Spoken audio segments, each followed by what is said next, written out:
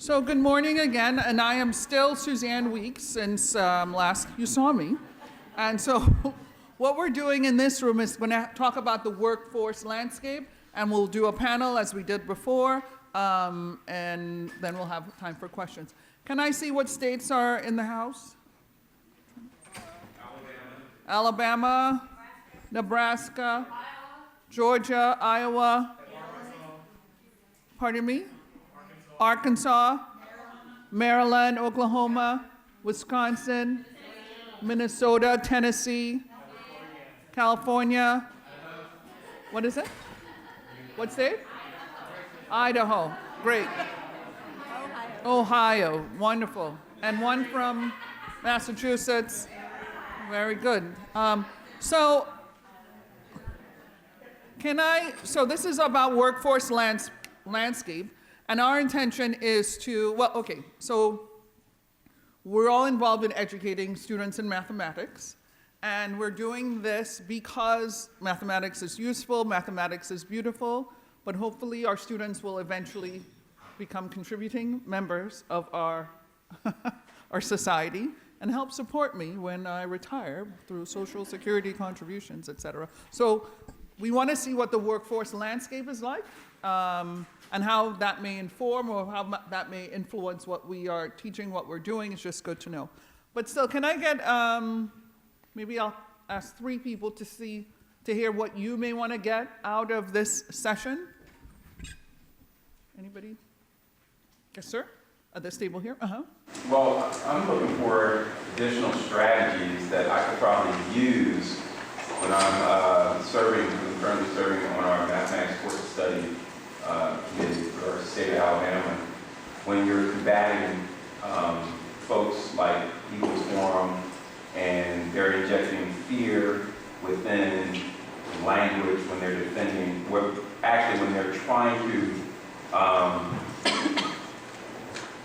control the discussion around math curriculum in the state. And they use catchphrases like Common Core is evil.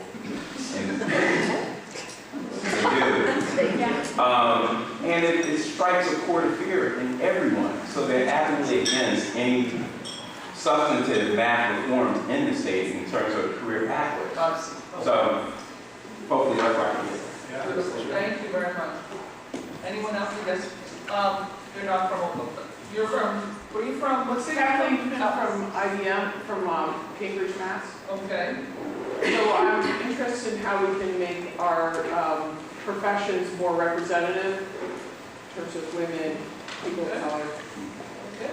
So more equity, diversity in our professions. Okay, good. Yes, ma'am?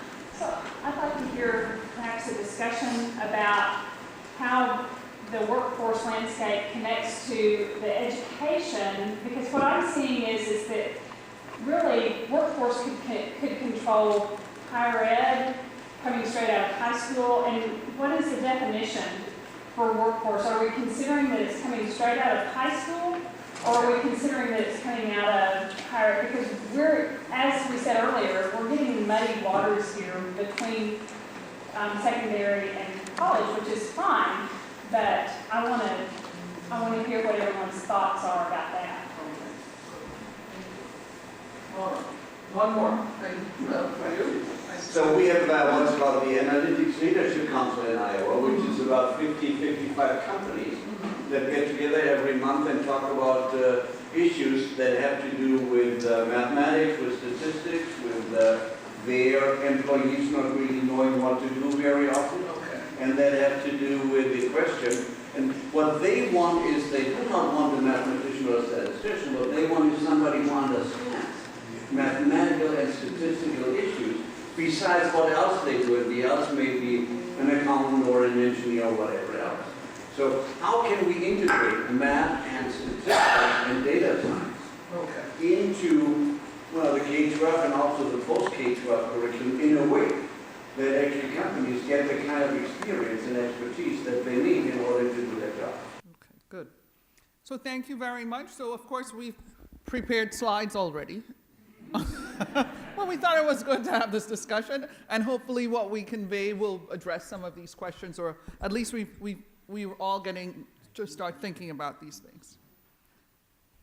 So again, I am, again, still Suzanne Weekes. Rachel Levy, you've met before, just again, half an hour ago, and Nick Horton. So I don't think I need to go through their details again. So here I am. So what I'm gonna give is a perspective from partnerships. So, but I wanna end with almost like a concluding slide, okay? So I want to make sure that we all can convey that mathematics has impact. It's used to make real decisions. Mathematics plays a role in many, many disciplines. So I don't like to think of mathematics in isolation, and for me personally, I have fun working with other disciplines and solving problems coming up from elsewhere. So it's not mathematics in a silo by itself. And I believe that a strong mathematics and quantitative education provides a route for upward mobility. There are jobs. I haven't heard anyone say, yeah, not so much. There are jobs. So we certainly have a need. I think we believe this, and if not, we can discuss this in our, when it's time for questions. We need workers with strong quantitative, analytical, problem-solving skills. We are living in an age where information is widely available. Class I just taught, we just finished last week. First day I said, Google it, right? If you have a question, of course you can still talk to me, but information is out there. If you're not sure how a specific technique works, or you really don't, the information is out there, right? We have access to lots of information. We have lots of data. Nick had said that earlier. We have data galore, and we're giving data everybody knows where we all are. They know that there are a bunch of people in this room, in this hotel. The data is out there, so we can do a lot of work with data. And we have access to good computing. We may not all have a parallel computer or supercomputer in our buildings, but we have access to good computing, phones, laptops, et cetera. So as I said, my perspective on the workforce comes from all the partnering I've done with industry. WPI, we're a private university focused on science, technology, engineering, and business. And every WPI undergraduate has to do a research project in their major area. All the students have to do this in order to graduate. It takes up about 1/3 of the work they do in their senior year. So that's one thing. And in about more than 20 years ago, my colleagues started what's called the Center for Industrial Math and Statistics. Basically, it's a group of faculty who are interested in engaging with industry, meaning business, industry, government, anything outside of our math department, and working on problems that come from outside and providing connections between academia and industry, okay? And this connection, and it's for our mathematical sciences community, not just our WPI math department, but we've done workshops and we've done work with teachers and all the way from middle school, high school, all the way up to PhD students. And one thing that we have done and we're very happy with is we've run a summer research experience for undergraduate that has been funded by the National Science Foundation and Department of Defense at times. We've brought in students, not just WPI students, we've brought in students from over 130 universities. I've stopped keeping track of things, over 200 students. They come and spend the summer with us, and they work on teams. Each team works on a project that's come directly from industry. So as I said, many, many projects, many, many companies we've worked with over the years, and so that's why I am standing in front of you, because that kind of makes me somewhat qualified, I would propose. The other program, Rachel mentioned this morning, that I'm involved in is PIC Math, and it stands for Preparation for Industrial Careers in Mathematical Sciences, and it also says you should pick math, right? With PIC Math, we work with mathematical sciences faculty at university. We work with some community college teachers, faculty, as well as university teachers, and basically, we're training them to do the kind of stuff that we've been doing at WPI, working on research projects with industry. So we have a summer workshop training, and the funding that we have from the National Science Foundation and the National Security Agency is for faculty to be able to run a course in the spring. So right now our faculty are finishing up. And in that course, what the students do is work with a company representative on a project that has come from them. That's what they do. In fact, Dr. Janitha Gray, who you'll hear speaking after lunch. Wait. She has been with us from the very beginning. She's featured on one of our videos. She gave a project to a couple of our teams over the years. So what sorts of projects? This is what I could tell you about the sort of projects. I think every project I have listed are titles. They're just titles. I'm not going into details, but what undergraduate students have worked on. So this is a team of our undergraduates, either through our summer research program or our WPI students. So this is a photo that I love, and you have to pay money to use this photo of my students because this appeared in our local newspaper. But it turns out, in order to use that photo, I actually have to pay $500 to have the license to use it. So I'm going to use it wherever I can, whether it's relevant or not, because I pay good money. All right. So we've done research projects on mathematical finance. So this first one I can talk about a little bit, calibration of an optimal bidding model for the mobile advertisement markets, right? So why is that under mathematical finance? Okay. So what we're talking about here is, let's say, Facebook. You know when, at least for me, when I've Googled in one panel, I want to look for a washing machine, and then magically on Facebook we have those, how did you know I wanted a washing machine, right? And that's in your Facebook feed now? Well, okay, so the ad placements come through via a bidding process, right? And they bid, okay, I'm going to pay, there's not someone saying these things, but 1 cent, 2 cents, 3 cents, whatever, to place on there. That's similar to the sort of things that go on in a mathematical finance, right? I'm not going into the details because I don't know the details.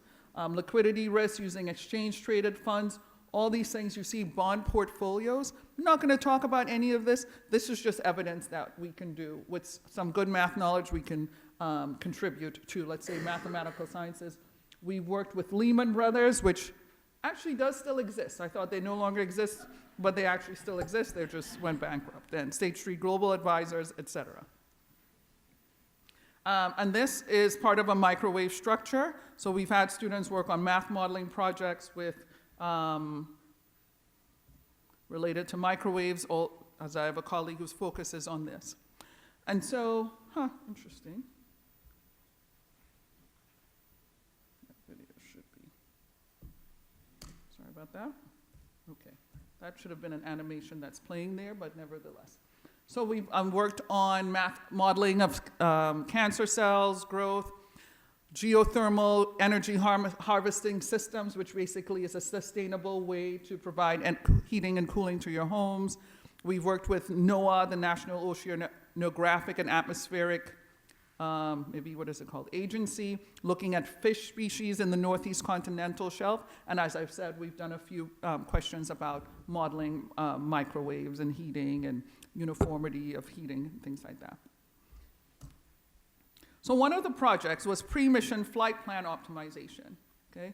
So can you see this just fine? So what this was a project with Draper Laboratories, and they were working with NASA to see when, they would like to monitor when possibly they're going to be landslides. So they have drones or unmanned aerial vehicles would fly over sites, that would be the plan. And this project was about figuring out what the flight plan should be for a number of these drones, right? You want to minimize the time that they're flying, total amount of time, all these things, right? So as you see here, that home base is the depot, and you're going to launch several of these unmanned aerial vehicles, right?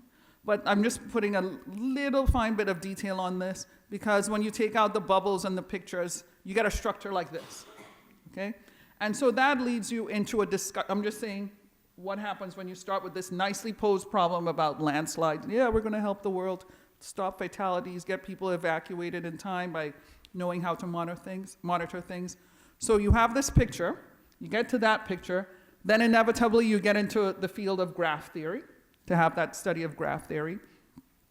And then in order to solve the original picture, you have to talk about the traveling salesman problem. What is the quickest way, right, the least amount of distance to visit each one of those nodes in a single way? You have to get into traveling salesman problem, and then you continue your work in combinatorial optimization or operations research. Then you can talk about business logistics, all the different problems that come from that, about distributions, transportation, sales, logistic, and all these things, right? So for me, starting from a problem that I can understand, talk about a message that can, good PR, right? Talk about landslides, fatalities. I've caught your attention, right? How do you do that? And then you see how the math plays in, and then you can get a broader perspective and broader knowledge about math. And this is, by the way, just-in-time mathematics, because I gave a talk at the National Math Festival, and this is one of the things I talked about yesterday. And people asked a couple of questions, and I was fine saying, this is not my area of expertise. I know just enough to solve this problem, right? Which is okay. I can't be an expert on each thing, but I know each thing, but I can know enough to do positive damage. Okay. And then we've done what we would classify as applied statistics projects. So analyzing exome sequencing data, that's some genetic stuff, to detect familial ALS, arthrolateral sclerosis, which is also known as Lou Gehrig's disease. And then we did some projects for Pfizer, glucose sensors, and that Alzheimer's disease clinical trial was also with Pfizer as well. And then a project with the National Institute of Health or something like that about body mass index. That's applied statistics projects. But the nice thing about these are all projects. They require some good mathematics and statistics, but at least we can have an elevator conversation and talk about what we're doing, and the impact of what we're doing is clear. And then over the years, these things that we called applied statistics projects started to change a little bit, started to be more probability, some linear algebra, all these things creeping in. And so then we have what we will now call data science projects. Before, we may not have called it but this is what they are. So our students just 3 weeks ago presented, some of our summer WPI students, and one project was performing binary classification of contest profitability for DraftKings. Does anybody know what DraftKings is? Tell me, anyone? Right, fantasy football, right? It's online betting stuff. And then process mining, Credit Suisse advisory process, so that's a banking. Predictive power of generalized preventive care segmentation model. Those are a lot of fancy words, but basically it's like we have our data, understand our data, how to make money given the data we have, and do things more efficiently. So the skills you need to do this sort of work. What are the mathematical skills you need? I think, at least at university, every student should know how to program in a language. I don't care what level of language, you should understand what an if-then statement is, what a loop is like, right? Some programming, some statistics, see some probability, some differential equations, linear algebra, modeling, numerical simulation, operations research. You don't have to know all, but those are some of the things that we see when we do these projects. Other skills. Communication skills. If you can't talk about what you just did, then you might as well have done nothing. It's not enough that only you understand what you're doing. You have to be able to communicate it. Yes, we do have to figure out how to work with on teams. So I did appreciate, was it Rachel, you talked about a document that helps us figure out, we do have to work the team, and it's not so easy just to say, go work on a team. I know for sure my daughter is like, oh, another team project, I'm gonna have to do all the work. But how to make that work. Enthusiasm, self-direction, and ability to complete projects. And I must say, I usually like to make it clear that my best projects have not necessarily been done by A students, meaning straight A students, okay? So this is not about that, it's about the tenacity, interest, and all that willing to just investigate. So this is the McKinsey Global Institute report that was put out in June 2011. It's called Big Data, the Next Frontier for Innovation, Competition, and Productivity. And so this is a well-cited report, right? And what it says, and I have not read the whole thing, so I will not, I can't say these numbers are exactly correct, but look at the numbers, right? The United States alone faces a shortage of over 100,000 people to be working in analyzing data and all these things. So I believe there is a demand. We are creating more data. We do want to understand it. So, okay.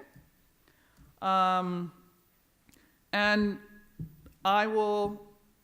these are projects I got maybe 2 years ago for some of my Pick Math faculty. And so I'm going to put this up here so you can actually read on your own. I'll be quiet for 20 seconds so you can read what it means to be a data science project, what sort of questions they're asking.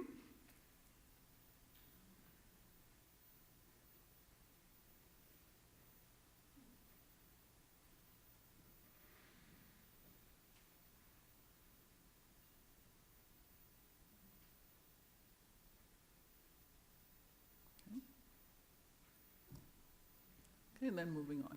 So one resource that we developed at WPI, with all the projects we've done over the years, about a decade ago or so, we did industrial math projects for high school students. So the website is there. So we took some of the projects that our undergraduates had worked on and kind of inspired by those, we brought projects down to the level that high schools and sometimes middle schoolers could work on. So these things here are already ready to go for high school and middle school educators to go to the website, download stuff, download this project. It actually says it. Download this project and to have the students work on some modeling real modeling projects. They are mapped to NCTM standards, right? So again, this mapping was done maybe 10 years ago, but I don't think the standards have changed that much, but hopefully you can find this as a good resource. The website is the same one. It's on the second page. Here it is, up there. Can you see? Oh, the angle is horrible? Ooh. All right. We've also have all the slides are going to be collated and made available to everybody. Yes, they should be in the, right? So it says labs.wpi.edu/IMPHSS. Okay. And and then one last thing. This is just a fun thing. Has anyone ever played with gapminder.org? So I thought this, I'm just throwing it up here because I'm abusing my moderator's time. But visualizing and interpreting data, it's just a really fun way to play with, what happened to all the slides here? I can see nothing on my, wow. Is there any, so right now I'm not seeing anything on my laptop here. But on gapminder.org, you see videos of these small bubbles moving along. It's basically 3 or 4 dimensions representing data with 3 or 4 attributes, including time. And I think it's a good way to introduce students to playing with data, understanding data, representing data. So thank you very much. I have totally abused my moderator's time to do this. No, there should be. Yeah, you can. No, but you can just get out of here. Yeah. Sure. And then here we go.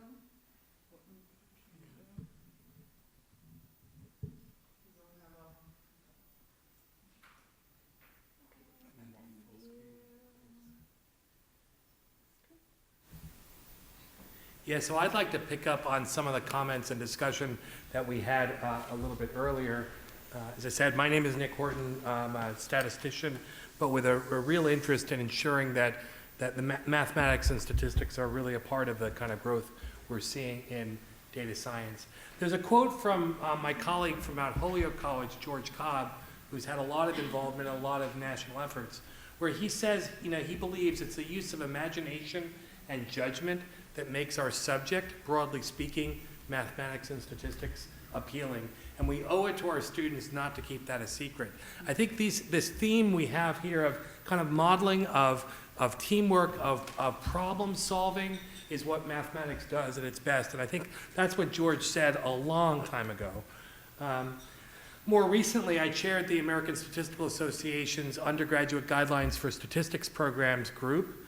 As part of that report, we had a statement that we are concerned that many of our graduates from these statistics programs didn't have the sufficient skills to be effective in the modern workforce. Thomas Lumley from the University of Auckland, New Zealand, said that our students know how to deal as n goes to infinity, but they can't deal with a million observations. And I think that reality of the fact that in the real world, data don't appear at the back of the book as a CSV file is a kind of a very true comment. Much more aspirationally and positive, Diane Lambert of Google has elegantly described kind of statistics and data science as the science of learning from data. And our students really then need to be able to think with data to be effective in the workforce. And that really has been an organizing principle for a lot of the work that's been happening over these years. So I wanted to talk a little bit about some of the changes that I've been seeing at the K-12 level. Roxy Peck at the Joint Statistics meetings 8 years ago noted that kind of with the Common Core or other kind of curriculum that are moving forward, that there's a lot more statistics that's showing up, even in the states that are adopting something else besides Common Core and maybe downplaying it to some extent. But there's really been a lot more emphasis on statistics, that it's not just AP statistics anymore. Many students are seeing in that Algebra 1 course a considerable amount of data visualization and informal inference. There's that gap of a year to do geometry, and then coming back to that Algebra 2 course, starting to see resampling as a way of bringing in inferential aspects of sampling distributions that are now showing up for all students. And so what formerly used to be part of AP statistics for a very small chunk of the students is now showing up more broadly. And I think that gives us the opportunity to start to build in some new ways in some of the approaches that I've been describing through the GAZE report. But again, this challenge of, we can't teach multivariate thinking with calculators is, I think, really critical. We need to kind of be able to bring in some of these other tools, and there are approaches, I'll talk about some other ones like CODAP, that are really kind of allowing people to be thinking about both modeling and statistics in a open source, online way, bring your own browser, Chromebook happy, tablet happy kind of approach that can let us move beyond to kind of start to think about how we get students to meet these capacities. A big shift, and I was thinking about this a little bit during the Q&A session. It's like, how do we think outside the box? Well, there's one example for it. It's the Advanced Placement Computer Science Principles course. And if there's APCS over here, the APCS Principles course couldn't be more different from it. One, it didn't exist in a university when it came out. That's never been something the College Board has done. So they created a course and said, hey, this is kind of a cool thing which maybe universities will adopt, and they are. And what is it focused on? Well, one of the big ideas, there's multiple big ideas in this course, is data and information. Talking about the role that computing enables and empowers new methods of information processing, driving monumental change. There's a lot of flowering language there, but managing and interpreting an overwhelming amount of raw data is part of the foundation of our information society and economy, and the use of computers, computation, and computer science as ways of understanding data and information, understanding the world around us. This course is kind of a very interesting mix. Set up, the exam at the end of the year is multiple choice, but there's some pretty good multiple choice questions. And then students actually submit 2 artifacts. They're actually developing portfolio-worthy things as projects. That's what gets assessed as part of the assessment for it. And again, I think this is now kind of looking at the kind of approaches and curricula that I think are pretty exciting that we need to be looking at pretty effectively. They talk about it as the new literacy. That's what the computer scientists are thinking. This kind of really comes together with writing and mathematics, and then this other aspect of making sense of data. The idea of kind of really thinking about a representation. We heard a little bit of that, the question of diversity and inclusion. The students taking this exam look completely different from the APCS, which is very much in richer districts, is where there's been large numbers. It's mostly been a white, mostly male population. The curriculum and teacher development efforts have really made the APCS principles much more diverse. It was the largest ever first-year AP exam. There were 83,000. I expect it's going to be up to 120 this year because of these efforts behind it. And I think it's a really interesting model that's very much outside the box. Was not something, and that's something I'm hoping we can start to think about some ideas that could be statewide initiatives that could take off in other kind of ways. If we look at the kind of these principles, they now have these enduring understandings and learning objectives. But the learning objectives, again, this is just one of these big ideas, is to find patterns and test hypotheses about digitally processed information to gain insight and knowledge. As I said, much of the interesting part of AP statistics is included in this course that's growing like wildfire. So what's happening at the college level, kind of moving from that kind of transition point? As I talked earlier about the revised Gaze College Report and the role of multivariate thinking. What's really exciting, and I think we're seeing this both on the computer science side, in the science side, and in the mathematical sciences, is that the open source tools, what used to be licensed commercial software to do interesting things, the type of projects that Suzanne talked about earlier, now are accessible using professional grade tools that have gotten easier to use. And that combination has just been really powerful. The idea of simplified interfaces that let us think about a small set of learning outcomes. The prime paper was really thinking about developing modeling approach that builds on the Common Core state standards for modeling. The widespread adoption now of cloud computing, most of the institutions out there, certainly at the higher ed, two-year colleges and like, are running course management systems and the like on these same servers that are now gotten dramatically cheaper. To be able to bring computing, kind of decrease the barrier of who has a fast laptop or one that can maintain a charge, becomes much easier in a world where things are done in cloud computing. And the whole data science approach is you don't do computing on your desktop. You're doing that in some kind of cloud-based, certainly when we start to get to scale. There's also a lot of growth at the two-year colleges, and I just wanted to spend a minute or two talking about that. The NSF funded a gathering of two-year college data science faculty, again, folks coming from computer science, mathematics, statistics, and other areas. The report's now available. It's available in the background resources for this panel.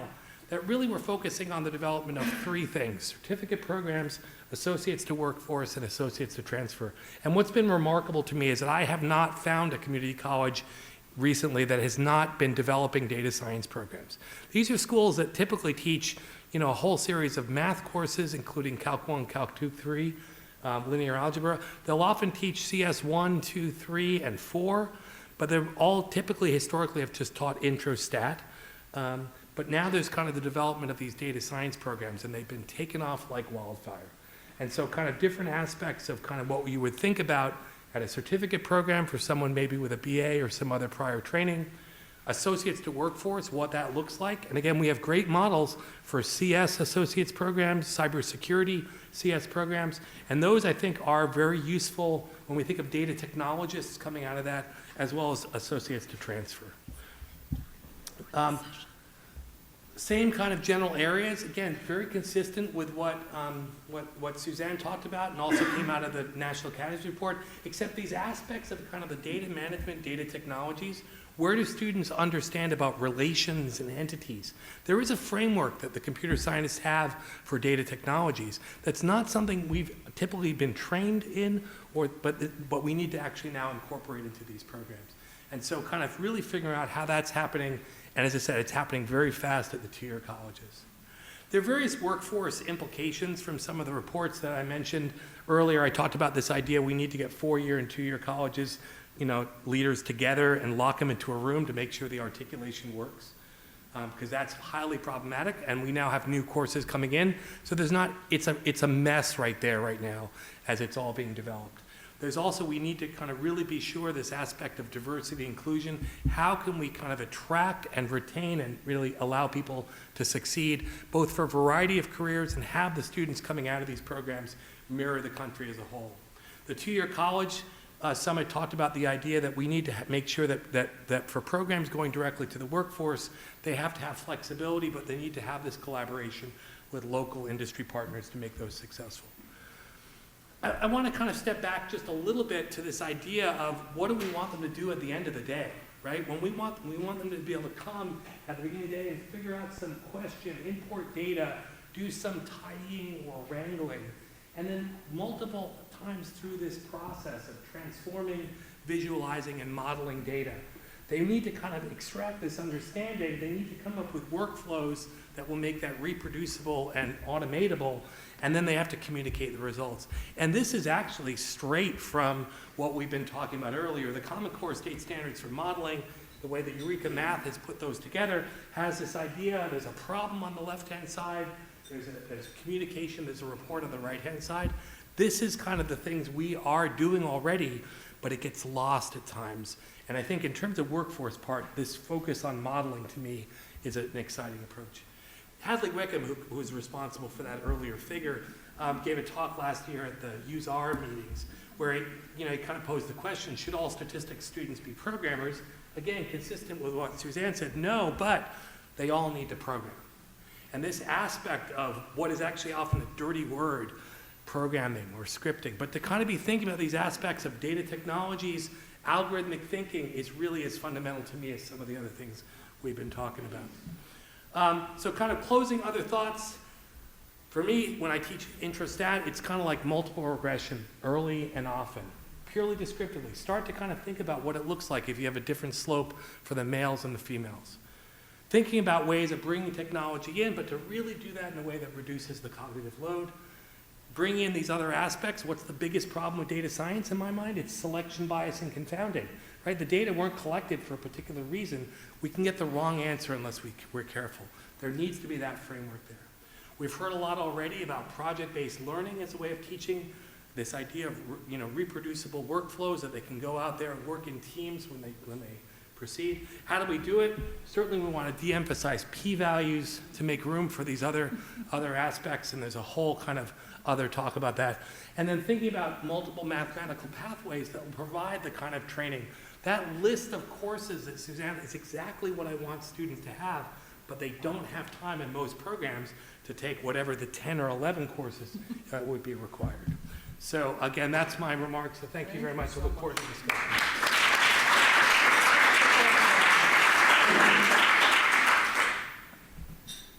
Oh, lucky me. Okay.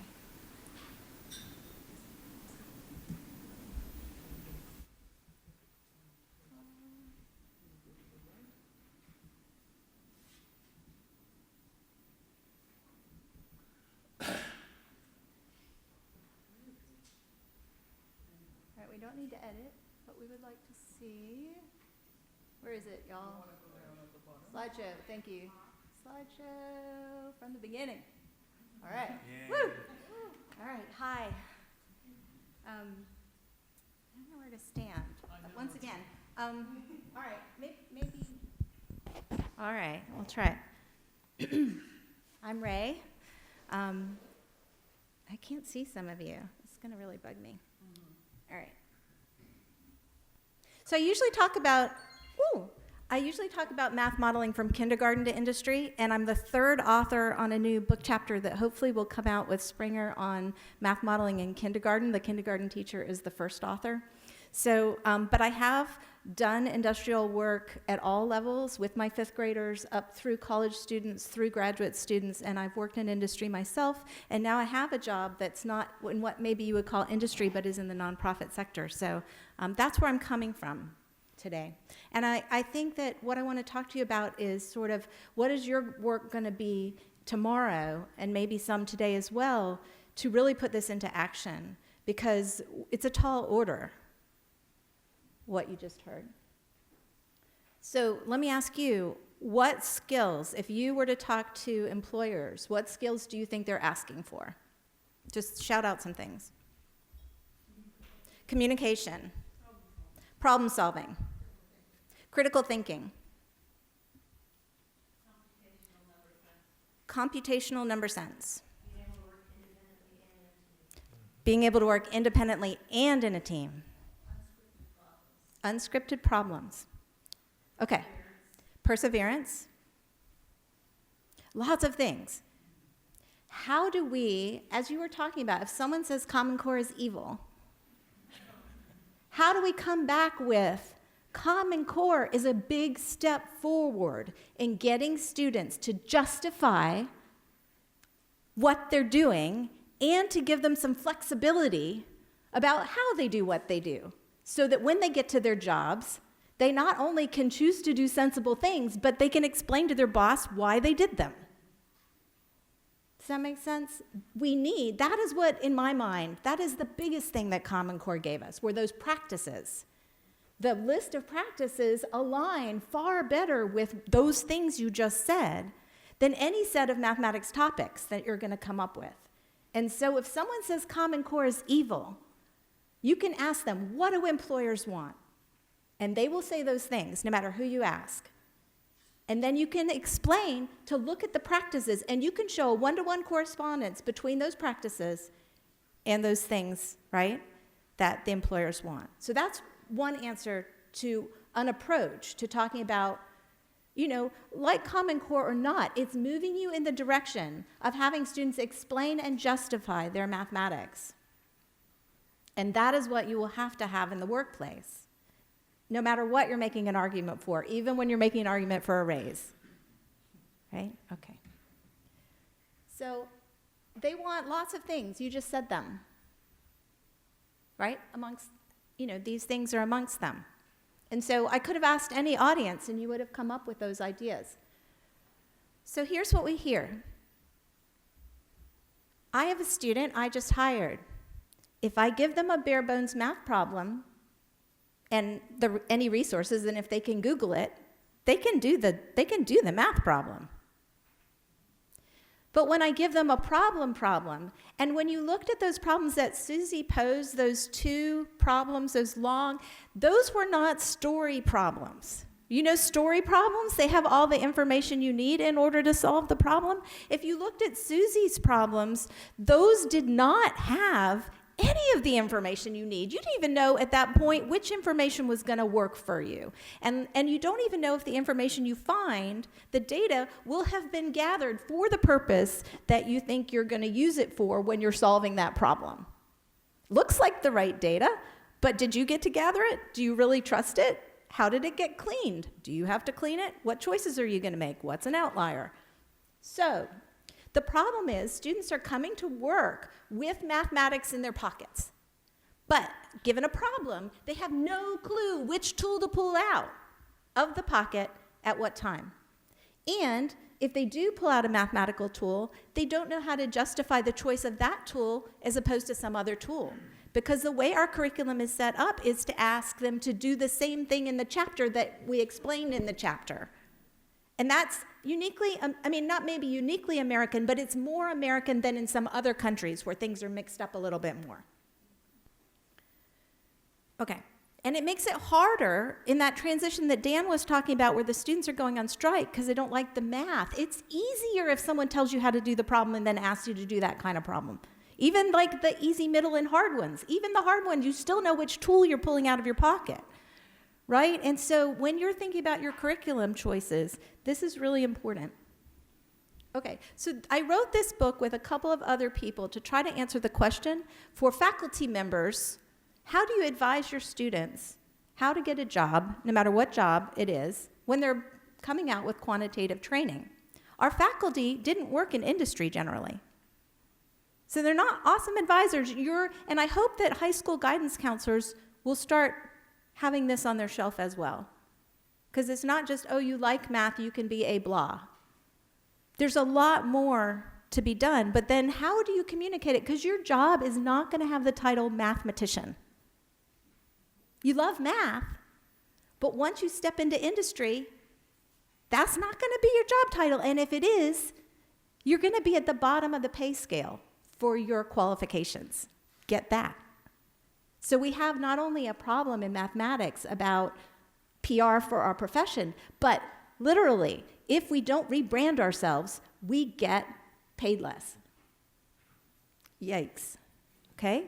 So we need to help students make this transition to talk about what they do. People need to be able to tell stories, and the projects that you're hearing about provide students with wonderful things to talk about in interviews for any job, about how they solved a problem and what tools they brought to bear, how they chose those tools, and whether or not those tools worked, and when they failed, how they realign what they were doing. All right, so here's your challenge. This stuff, like Dan said, takes time, and it's great because it is the marathon runners that are going to succeed here. Right? It is the ones that persist. And as Uri said, if you're willing to take the same course 3 times and try to pass it, you have the persistence. Right? So it's not just the students who are getting things quickly and easily who are going to be able to deal with the frustrations that you have to engage with real problems. and I mentioned this in previously, that I'm really thinking about this thing Uri said, and what's your job, and what's my job, and how do we work together to create the support structures so that people feel like it's part of their job to do this, and not extra. All right, so here's a typical modeling challenge. I want you to do this with the person next to you. I gotta go home at 6:45. When should I leave to go to the airport? Go.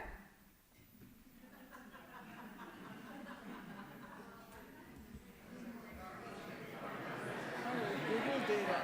I will Google and see what it says. I'd like to get there. What time do you want to get there? 5:15? 5:45. Okay, stop. Really? Stop, stop, stop, stop, stop, stop, stop, stop, stop. Anybody got any questions for me? Oh, really? What? Am I checking any luggage? What else? Do I have TSA pre-check? And which airport am I going to? Oh, really? Well, you guys all started and nobody raised their hands.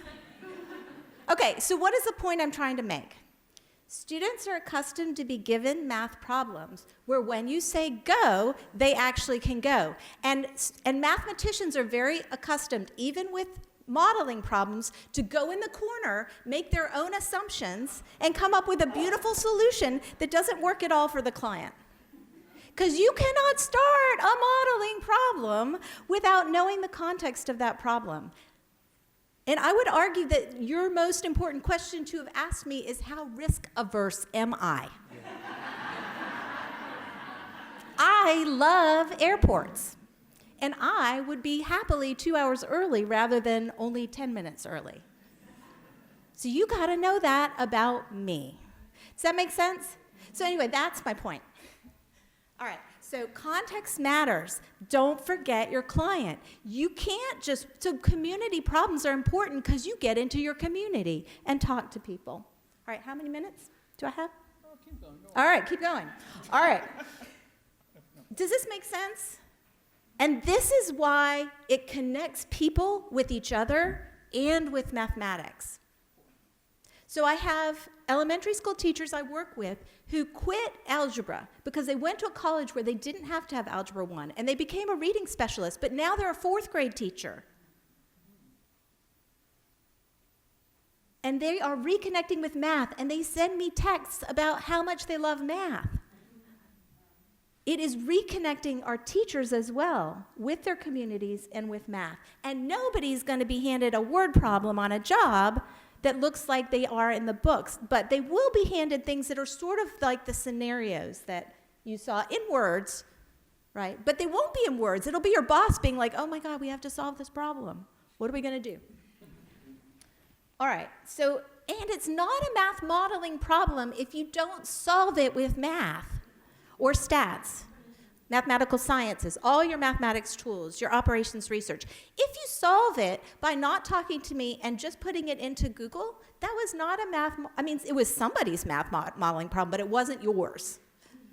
So we have to be careful to help teachers understand how to engage the mathematics concepts that we want students to hit while they're doing these problems, and that is another huge challenge. Okay, so the challenge is to balance the time.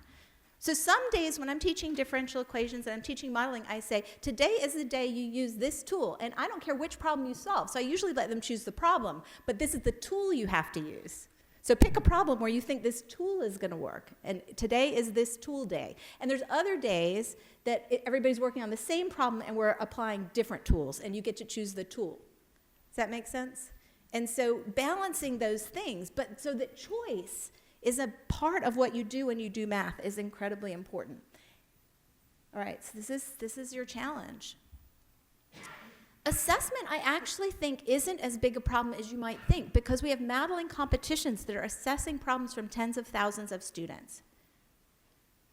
And there's incredible resources online about how to teach modeling, how to coach modeling, how to think about modeling, how to use computing resources in modeling, how to visualize data. We've written books, they're free, they're online.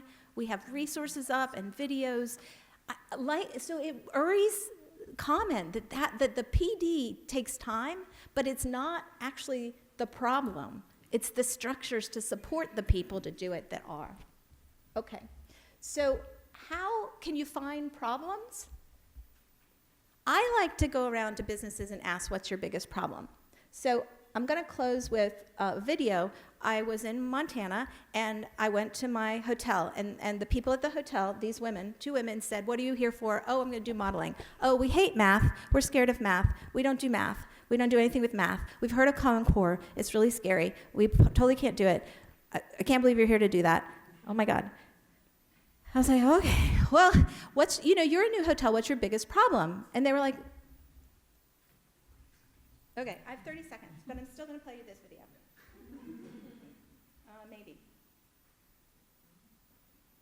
Come on, baby. I saw it. Oops. Help. I did see the thing that lets you play the video. Okay, I'm going to go back this way. But I'm going to, oh, please play. I might have to do like, Wait, no, what did you just say? I said that the carafes hold 10 mugs per carafe. So, Oh, okay, so maybe we need to go over here and look at the carafe. Well, Oh. and the other problem is that a lot of people use these takeout cups, and we haven't figured that out. And I think there's 2 mugs to every takeout cup. So we have a mixture of mugs and cups, and it's just The mugs are bigger or the cups are bigger? The cups are bigger. The cups are bigger. Oh, okay, can you show me your coffee cart? And then some people come in here with their own mug, those travel mugs, and the next thing you know, one that was most scared of math. And so we've miscalculated. Awesome. Oh, so coffee is a, They put in it too, because yes, it does. It absolutely does. Thank you. all right, that is like 30 seconds after she told me she doesn't do math. Do you understand what I'm saying? It didn't take long to reconnect her with mathematics. And then I said, oh, well, if I brought a bunch of elementary school students in to solve your problem, would that be okay? And they said, only if we get to help. Okay, so my feeling is, even though we have a PR problem, it just doesn't, people don't want to be disconnected from mathematics. It's actually a feeling of shame. And I think that we can easily reduce math shame by having these kinds of conversations. And if every high school student was speaking to every business that they interact with and asking what's your biggest problem, and then going away and asking the question, what math tools could I use to solve that problem? Or every class goes out with a particular tool and says, how could I use this tool to solve a problem in my community? That would be a different population. So this is part of my story as well, because I felt very disconnected from math. I didn't think I was PhD material. Other faculty members agreed with me.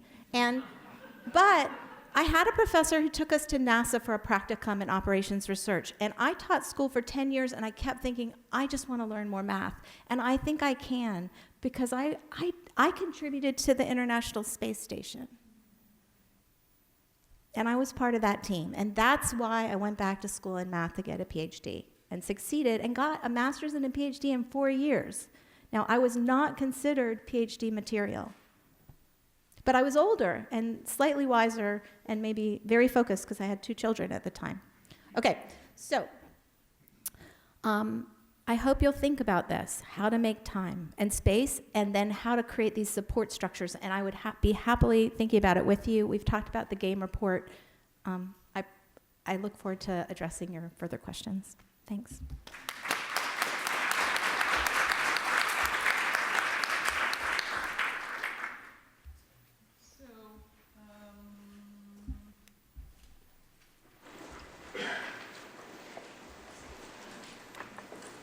Ask a question, or I can throw it open to questions. You guys have got some, who has a question? Oh. Let me ask one quick question. Actually, Janita, you want to join us on our panel? Yeah. You might want to ask Janita a question, actually. So here's somebody from industry. So what, I'm And going to ask. actually in HR. In HR, so I know all of the hiring. What's your biggest problem? Actually, I think I will do what I was supposed to. I have a question and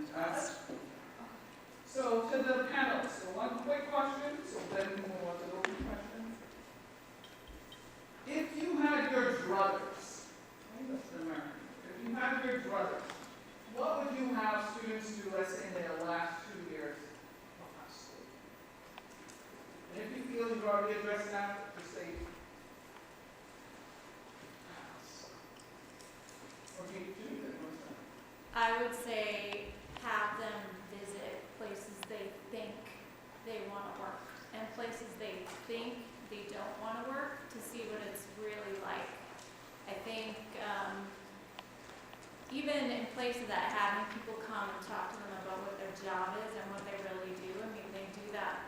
My son is 7 and the fireman comes and comes home and he really wants to be a fireman and he's all pumped up about it.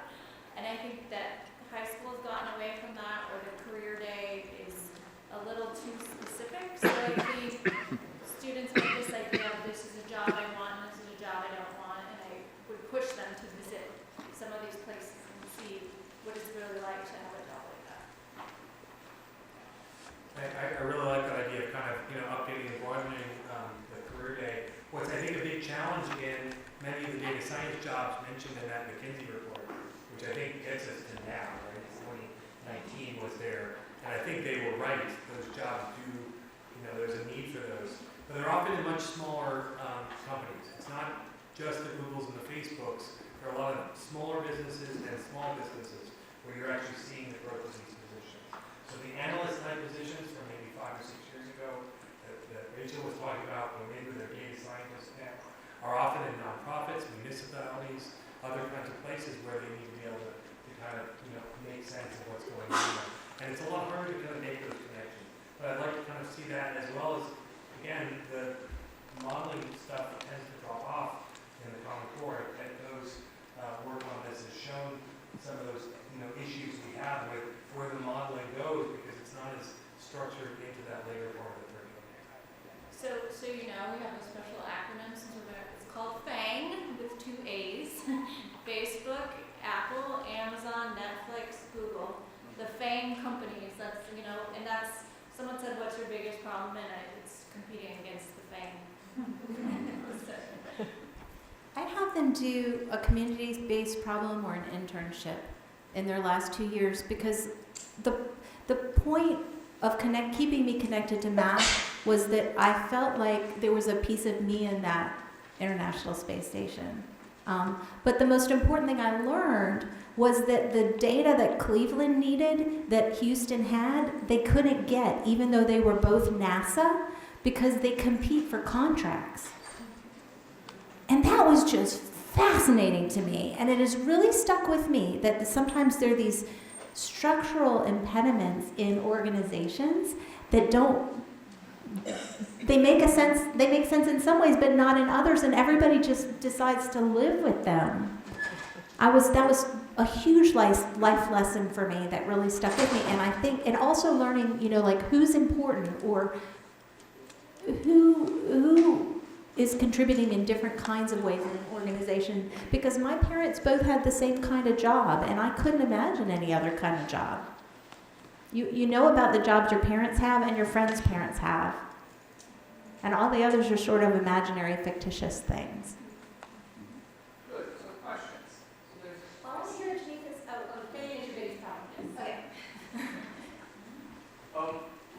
I'm Fred from California. One of the initiatives we have is actually link learning, where we connect high school curriculum and high school students to the industry. But oftentimes when we have that communication, how would I say this delicately?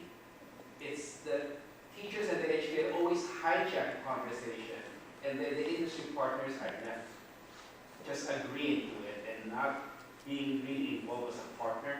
So what I'm trying to say is, how do you remedy that situation, that the industry partners are also empowered, that they have something to bring to the conversation, be it that it's a practical wise and not maybe a curriculum part of it. But that's a struggle. Do you want? We're trying to build it into our we have departmental review documents that we use to guide college departments on looking at curriculum, and we're trying to build in the suggestion that they have industry representatives on those review teams, which isn't a common practice except at a very few places. And so it would be interesting to think about ways to bring industry partners in to meetings like this and other kinds of places that you're discussing curriculum. You know, I'm glad to see that we have someone from IBM at the table. I'm glad we have Janitha here to enter the conversation, and we should keep doing that. And remember, just like we're talking about who's not at the table, you always got to look around and think about who's not here as well as who is here.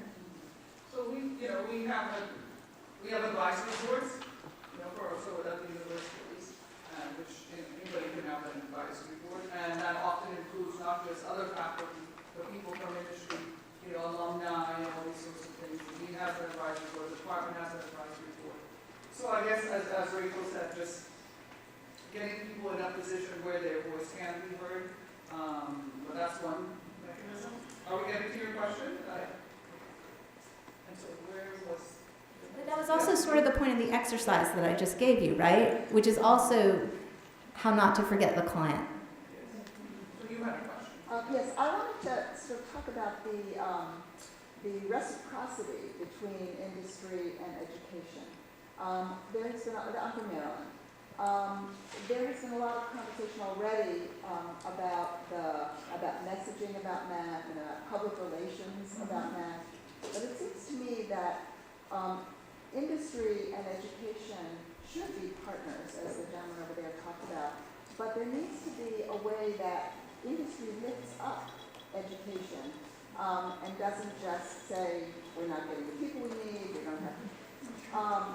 Also, industry needs to, I'm not in industry, I'm in education, needs to advocate for education and advocate for people to be teachers because that is their pathway. So I'm wondering, so in the conversation about industry and math, how do we bring them in as champions of work? I think one of the big developments at the two-year college level and the places, like Montgomery College in Maryland and some other places, the places that have been able to kind of have that strong industry advisory board have been really great kind of getting them started. But again, we're talking Cary, North Carolina. We're talking Kansas City that had Hallmark, who said, sure, we'll fund your advisory board. Sure, we'll give you 10 faculty to teach the program for the first 3 years.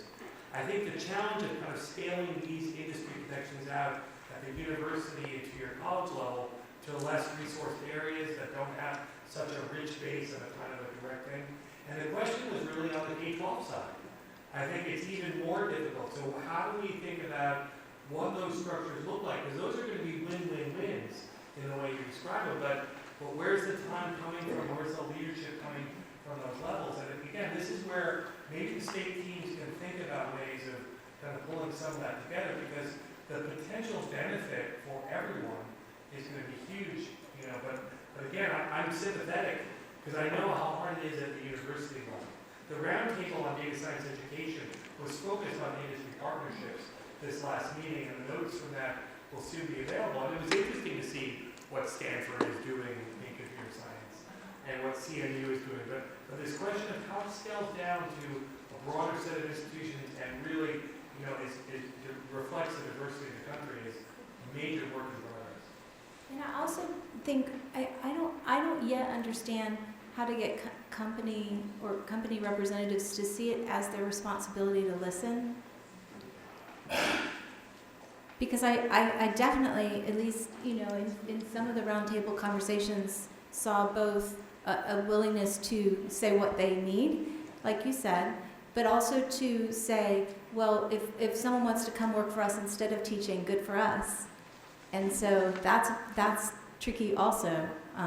So I think there are some hard conversations about how we can help them feel, I don't know if obligated is the right word, but my hope sometimes is to get these students in, because if I want Facebook to bring a food truck to an event, I can't call.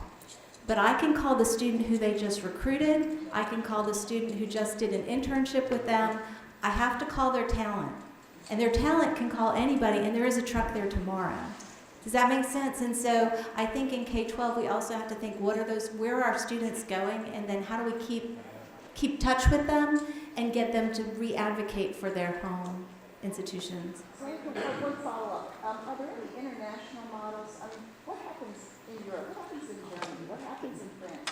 Do they have different ways of having their industry and education interact? There's a stronger internship component in Europe, and I've spent a lot of time in Korea, and I think there's a lot of trying to actually model after the program that Susie described. So I think there's some of both. I think we are leaders in some ways educationally with these kinds, I think, but there's also places with internship mechanisms in Canada also that the government puts tremendous amount of money into supporting students getting into internships, and we don't have those mechanisms with our government right now.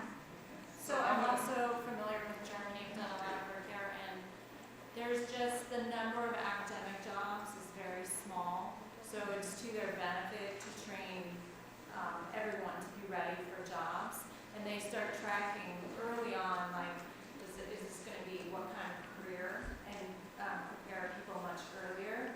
And I know even students that I've worked with from Germany say, okay, well, I'm going to go to a bank now because that's the place that I can work. There's not an academic job. If something opens in another country, then they might go. But I know that there's a lot, because of the state of the workforce in Europe, it's quite different the way people are prepared.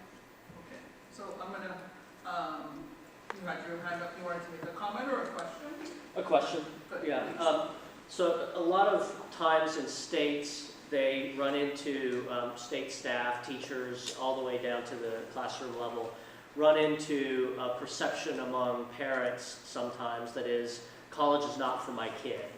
And I'm just curious, what underlying assumptions might you have brought to your presentations around post-secondary credential earning or degree earning as it relates to industry participation? I'd love to start.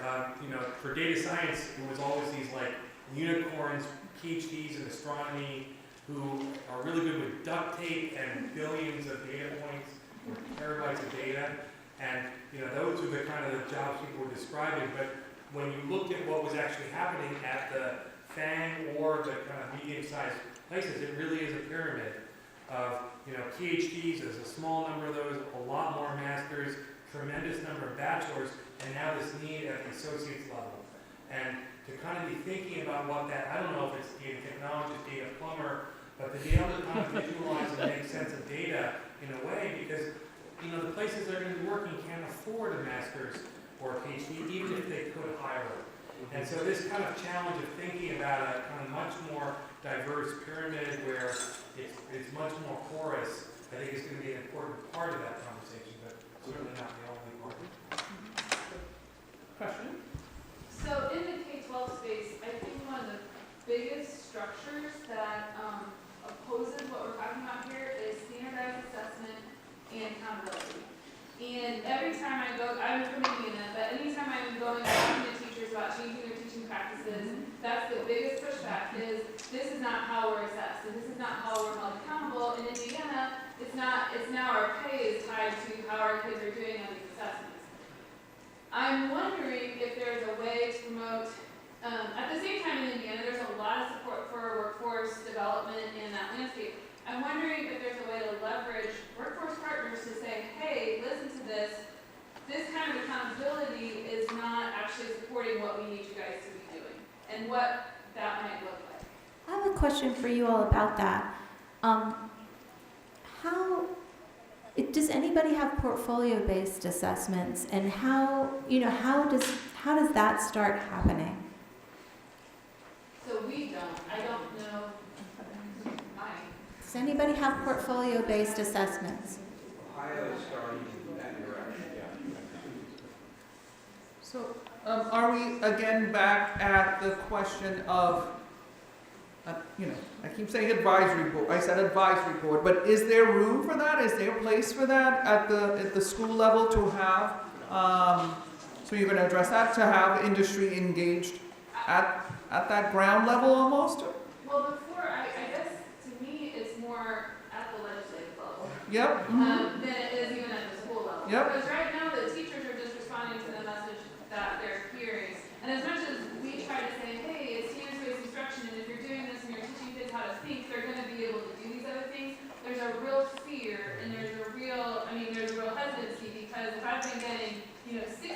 assessment over the hump this way, like what happens if I switch that, right?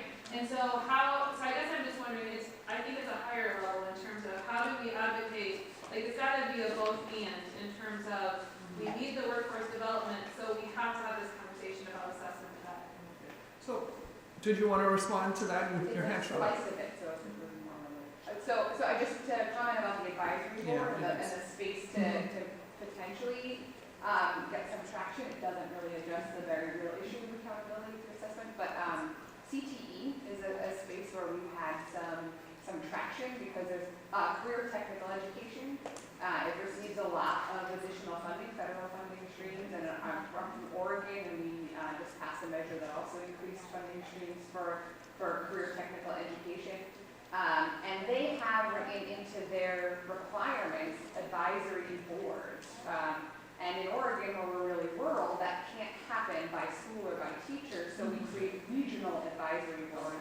And we've seen a lot of success in industry coming to the table, I think mainly because they have to in order for this funding to come through. But there is a sense of reciprocity, in at least locally, because they have a real need. We have 400 unfilled computer science jobs in our really small town in Oregon. And they need folks to have, one computer science program in a county that's the size of Connecticut. So there was a real need there, and so they came to the table and asked me, what can we do to help? And so things like advocating for funding and advice on curriculum, and now I'm going to add advocating for assessment changes to that list have actually happened. Did anyone of the panelists want to? So I want to say this is an awesome math modeling program question, which is how do you assess the success? That's like one of the number one things I do in my own job. How do you figure out how do we assess different programs for employees? If you can get someone to work on that and start to have an example, I find that that's the most influential way to show a leader that, look, Ohio is doing this, and Ohio and Indiana are, the Indiana governor doesn't want to be less than the Ohio governor. If you can add this level of competition to it and show, look, here's the data showing this is what they did, here's what we're doing, this is how it's working. I think that those are really good first steps to trying to get people to think differently. After the last panel, we were talking about how CBMS could serve as an organization that decides these are the 5 metrics that we're working towards collectively. And again, you could help us say what they are. But if, for example, portfolio-based assessment is something concrete that would help move things in this direction, whatever this direction is the most, then we could, for example, on all of our CBMS things, have a little temperature thermometer or whatever to say how many states have portfolio-based assessment, and we could be like, look, just 2. Oh, look, now it's 3, now it's 10, and that we collectively decide that success looks like that. And I'm not saying that's the thing, but I hope that out of this, you all tell us, how you need us to support your work. Thank you for those comments, and I just wanted to piggyback on the computer science aspect of it. So, workforce, of course, the big jazzy word is computational thinking. And it turns out, of course, we all as mathematicians and mathematics educators can contribute to, that concept where it is not just touching on data practices, everything from data collection to data cleaning to data processing to data visualization, analysis, and things like that. It also has problem-solving practices, which involves, of course, what type of technique should we be using, and then computational modeling and simulation practices. This is where the mathematical modeling comes in. And the 4th level is systems practices. So it's important how these levels are connected. It turns out that mathematicians and mathematics educators should contribute big time in this concept. Right now, every single state, I'm just coming back from a meeting in the state of Virginia is deciding on the mandate that has been passed that a computer science elective should be incorporated. Computer science endorsement for all teachers. The first step that they're taking is working with the mathematics teachers to actually add on this computer science requirement also. So I think these are things that different states are trying. So I think we all should be jumping on that computational thinking piece also, so, along with mathematical modeling. Thank you, Diane. I just want to highlight the importance of using assessment as a lever for change. The idea of portfolio assessment, we actually have quite a bit of work on that we did in the 90s, in early 2000s, before No Child Left Behind. That's not to say you can't implicate it locally. As a starting point, however, I would ask you to think about to what extent your state assessments or local assessments even have high-quality performance assessment items. One of the very big disappointments in the reauthorization of ESEA, the Every Child Succeeds Act, is it does not, it requires states to assess all of their standards. It does not require performance assessments. And I have been very concerned about the number of states wanting to use ready-made college assessments like SAT and ACT as their high school assessment because there are no performance assessments on it. We have a lot of information. We know a lot about how to design high-quality performance assessments.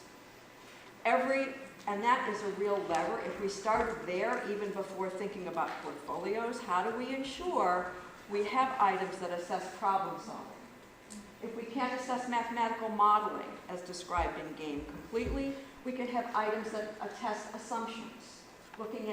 So that's a really important thing to look at, both in terms of state assessments, but also for those of you in districts, on district level assessments, where you can put it into your local program first. I just encourage you to look at that as an important starting place. Thank you very much. So other questions? I was just going to comment on with where we're at with Ohio and what we're trying to do is right now we have what's called a capstone that can actually be a substitute for our state assessments for mathematics and English language arts specifically, but moving into a culminating, possibly what a 4-year project and a culminating experience. The biggest questions that we're getting are a lot of the industry in terms of the business area. Can you guarantee that it's going to get the same rigor and experiences that are going to be meaningful to these students? Because of we have a lot of this will be done at the local level. We have 600 and some districts plus community schools and everything else. The other aspect is that they want to see what does this look like. So trying to find good examples that represent how they can do this and show that they really have an understanding of, and three of the key areas are mathematics, high school English language arts, and technology, and how those integrate into, and they have to be able to represent that within that project. So having good examples of that. And so, we look to other areas as well, but we're realizing, kind of on the forefront of some of this because it is very, it's different, but we know there's examples out there, so we are going to look.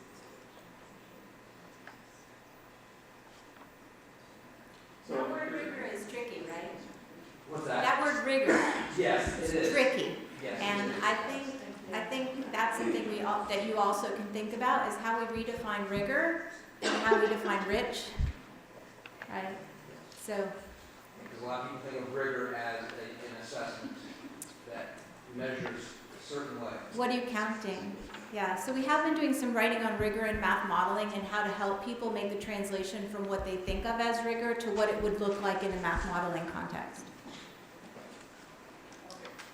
So I'm curious, I love this discussion, and I really believe high school and college students can really make a huge difference in businesses if you engage as you describe. But let's talk about the traditional path, algebra 2, calculus, what we all know and love, and frankly what universities I think still value in terms of admissions requirements. So it seems like there may be a very big dissonance between what you're talking about and what actually goes on in most, especially suburban schools, which are channeling their students to a path that is very, very different from what you're describing. So I'm curious, in terms of the higher ed context, how we really, in many ways, have a big role in the room on math or anything else. How they engage. Sorry, I just lost the last sentence you said. You're I'm saying, I'm wondering how higher ed plays the role it plays in terms of what it's suggesting high school students should be doing in relation to the conversation you're having about big data and data analytics. I'd be glad to take a kind of a stab at part of that. In Massachusetts, at least, to transfer into a computer science BS program from community college, one needs to have taken calculus. And the curriculum guidelines for computer science are a little bit vague on what the mathematical prerequisites are. They say if you're going to do human-computing interaction, you should take a stats course. But otherwise, there's really only that calculus course, which in a positive note, I hope is kind of building the type of abstraction we were talking about that came up in your question. But I think for the most part, it's been a historical weed-out course, so the computer science departments aren't inundated by the numbers, because they're already inundated by numbers. And the impact that has had on diversity and inclusion in computer science is really atrocious. You know, we had a situation back in the early 80s when there were a fair number of women receiving degrees in computer science, and that essentially kind of, ended, and it's only just starting to come back.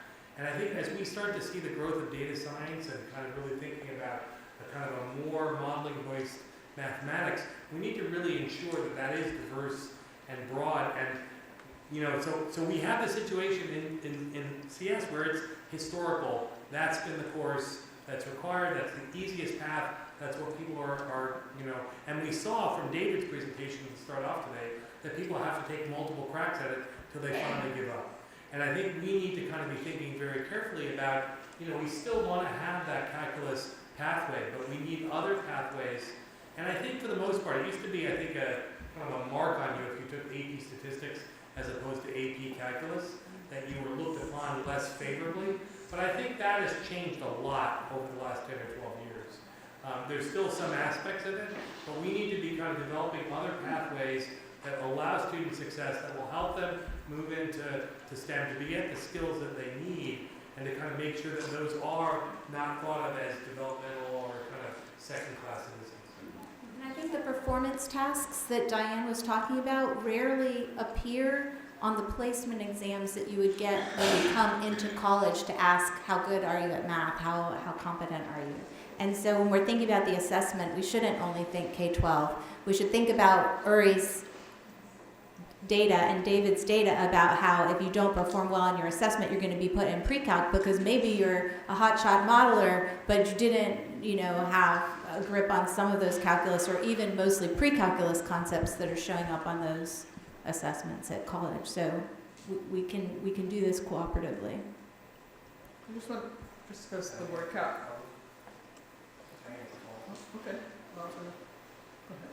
I just wanted to remind people that there's a wealth of good performance items available. We have those developed by the Assessment Consortium, Hark and Smarter Balance. We have some from Michelle Center, the Balanced Assessment Projects from years ago, and the New Standards Reference Exam. So there's lots of good examples ready to use with rubrics, samples of student work, etc. So if you're not aware of all that, we have a wealth of work in that area over the past 20 years. All right.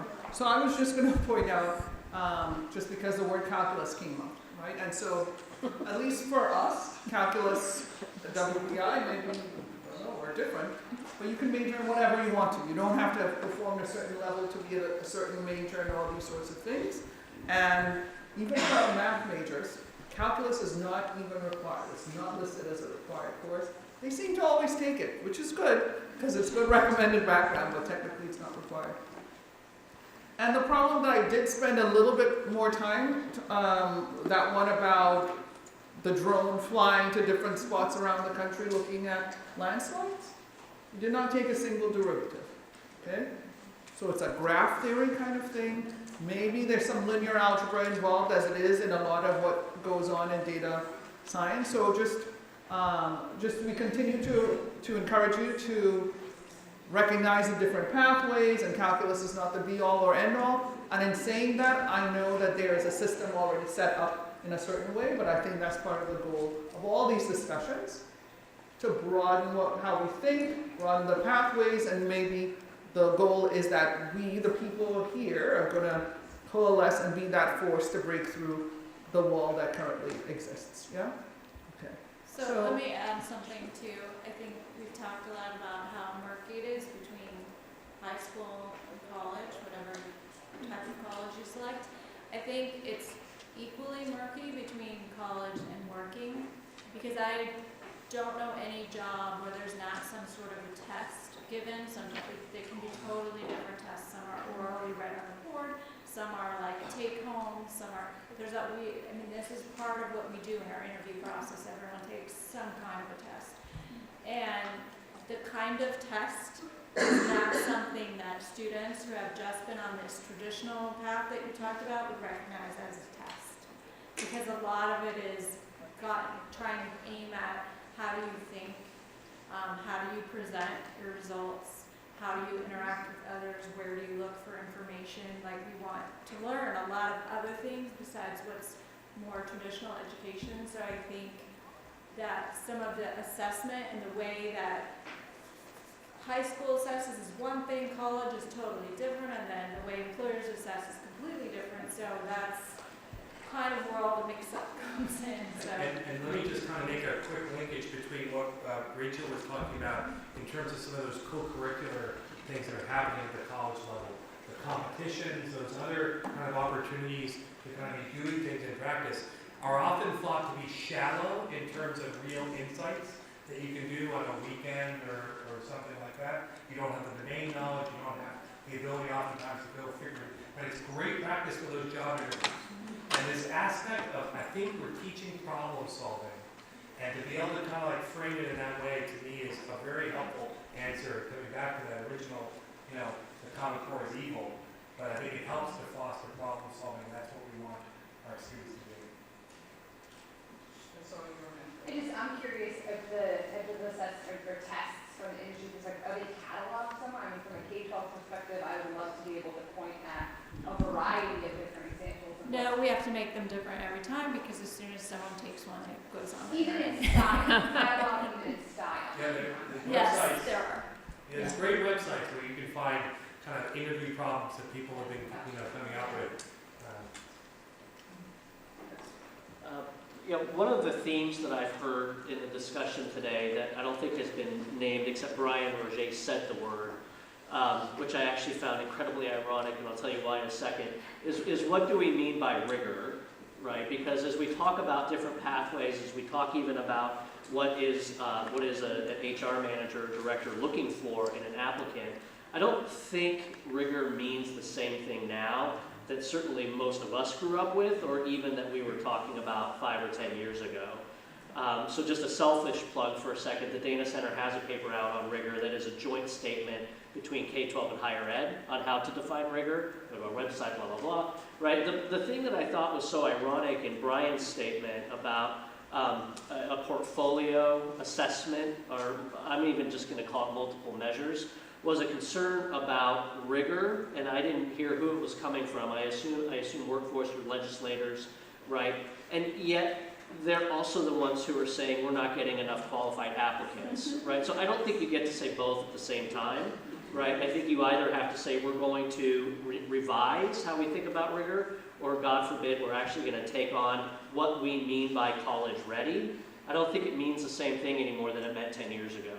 Right? We had a pretty good run at it with the Common Core. We did our best work. We thought we knew what it was, and we did at the time. And then just like that, the landscape shifted under us, and we have to come back and think anew about it with all the new information that we have, including what do we mean by rigor.